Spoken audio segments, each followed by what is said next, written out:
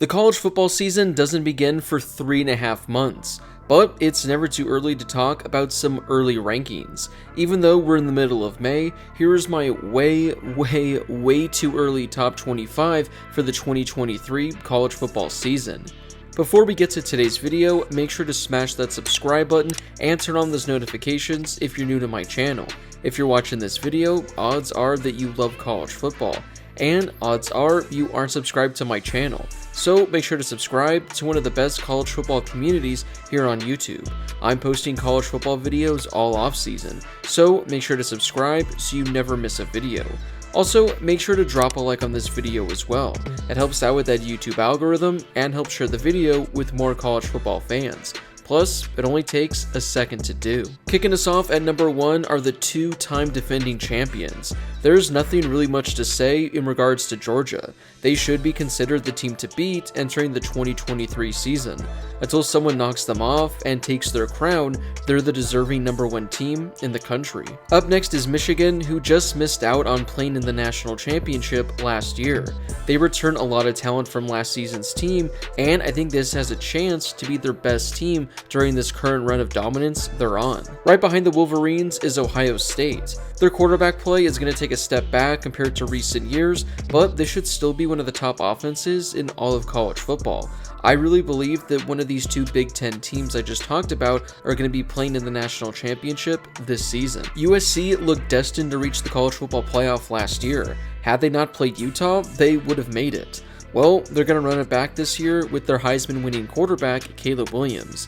The Trojans added a lot of talent this offseason, so there's a chance they're even better than last year. They're the team to beat in the Pac-12, as long as they don't have to face Utah. Not far behind them is another Pac-12 team, though this one may surprise you. I'm really high in Washington this year, and maybe too high. Michael Penix returns at quarterback, and the Huskies have, in my opinion, the second best wide receiver room in the country. This team is going to be scoring at will in 2023. The only question is going to be their defense. If their defense can be top 25 caliber, I think the Huskies can be a dark horse for the college football playoff. Penn State is going to have to get past Michigan and Ohio State if they want to be contenders this year, but I think they can do it. With quarterback Drew Aller taking over and one of the top running back rooms in the nation, this could be one of the more exciting offenses in all of college football. There's a realistic chance that Penn State could win their first Big Ten title since 2016. LSU surprised many people during Brian Kelly's first season as they made it all the way to the SEC title game. I know it's easy to get lost in the hype of this Tigers team, but I think they'll take the next step this season and be in the SEC title game hunt once again. Mike Norvell has really turned things around at Florida State. They had their first 10-win season since 2016 last year. I'm not ready to say that this team is a championship contender just yet, but I'm confident in saying they might be the best team in the ACC next season. I think there's a chance they can make a potential playoff run if they play up to expectations. Seeing Alabama ranked this low may be a bit surprising, as I wasn't expecting them to be outside of my top 5. However, there are a number of question marks surrounding Alabama in 2023. Who their starting quarterback is going to be is at the top of that list. After a run of first-round NFL quarterbacks, Alabama's going to take a major step back at the position. Their offensive weapons are also the weakest they've been in quite some time. Maybe Nick Saban reminds us as to why he's the GOAT, but personally, I think this is the weakest Alabama team we've seen in a number of years. With that being said, they're still likely going to finish the season ranked inside the top 10. Utah has won the Pac-12 2 years in a row, and yet it feels like they're underrated as usual. Top to bottom, this is a fantastic program, and they're going to be in the discussion once again. For me, it all comes down to the health of quarterback Cameron Rising, who is currently recovering from a torn ACL. It's been a while since Clemson started the season as the number 2 favorite in the ACC.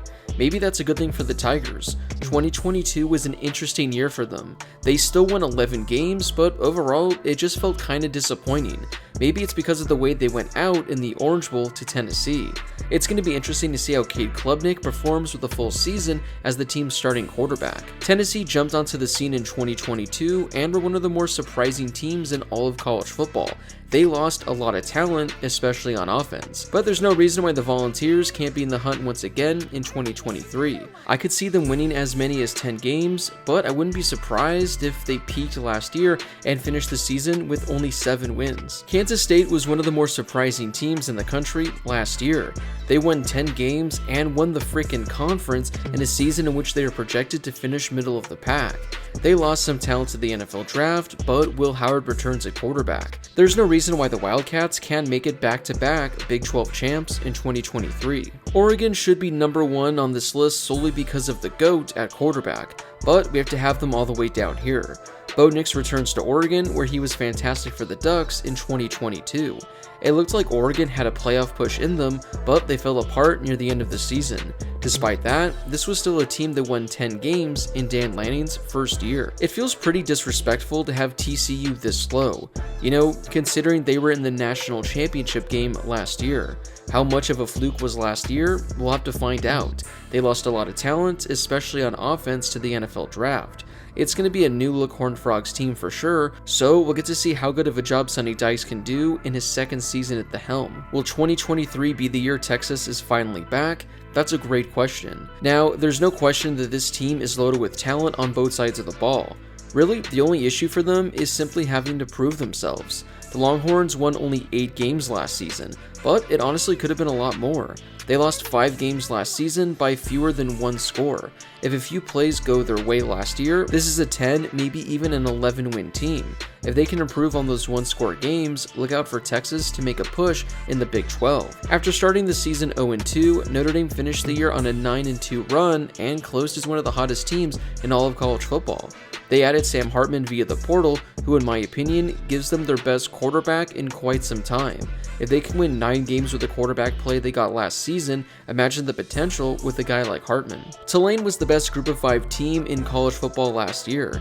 If I were to guess, they'll be the team to beat once again in 2023. They won 12 games and knocked off USC in the Cotton Bowl. They lost some talent this offseason, but returned quarterback Michael Pratt among other key contributors. There's no reason why the Green Wave can't have a repeat of 2022. South Carolina had a strange season last year. They won 8 games and had some pretty ugly losses. There was a 4-game winning streak thrown in the middle, and some wins near the end of the season that showed this team is capable of being a threat. Spencer Rattler returns for another season, and there's a lot of hype surrounding him and this Gamecocks team this offseason. Shane Beamer has improved South Carolina every year he's been there, so is 9 wins the floor in 2023? The Bruins were making a sneaky playoff push in 2022. They started the season 6-0 and were even 8-1 and ranked as high as number 9 in the country. At the very least, it looked like they would have a spot locked up in the Pac-12 title game. However, they lost 3 of their final 4 games, though by an average of fewer than 4 points a loss. 5-star quarterback Dylan Moore will likely get a shot to lead the Bruins this year as Chip Kelly looks for his first 10-win season with UCLA. After a 10-win year in 2021, it looked like Ole Miss was on track for another 10-win season in 2022. They started the season 7-0 and were looking like a playoff threat, but things quickly hit the fan as they lost 5 of their final 6 games. This is still a really good offense that is going to put up points against anyone. The only concern is their defense. If they can be even slightly better than they were last year, this will be a top 15 team. A lot of people are high on Oregon State, and for good reason. They won 10 games in 2022 and had their best season in 15 years. They added former Clemson quarterback DJ Uiagalelei via the portal. Considering the Beavers were one of the worst passing teams in all of college football last year, just getting slightly better could be all it takes to get them to the Pac-12 title game. Wisconsin won only 7 games last season, but they've had a pretty busy offseason. They hired former Cincinnati head coach Luke Fickell and brought in Phil Longo from North Carolina. The Badgers also got SMU's Tanner Mordecai from the portal, one of the more underrated quarterbacks in the nation while at SMU. Not to mention, they have one of the best running backs in all of college football in Braylon Allen. I think Wisconsin can surprise a lot of people in 2023. A lot of people are high on Texas Tech this season. They won 8 games last year and finished the season on a 4-game winning streak. The Red Raiders had some really good looking games last year and could be an even better team this year. They return a lot of talent and did a really solid job with the portal. It would be quite the hot take to say they win the Big 12 next season, but if they do, come back to this video in December so I can tell you I said it was a possibility. We'll wrap up today's top 25 with our second group of 5 team in UTSA. The Roadrunners won 11 games last year and continue to be one of the top group of 5 teams in all of college football. They've won 23 games over the last 2 seasons and won back-to-back Conference USA titles. Frank Harris, the 2022 Conference USA MVP, will be back at quarterback for them. The only question I have with UTSA is how they're going to look as they move to the American Conference.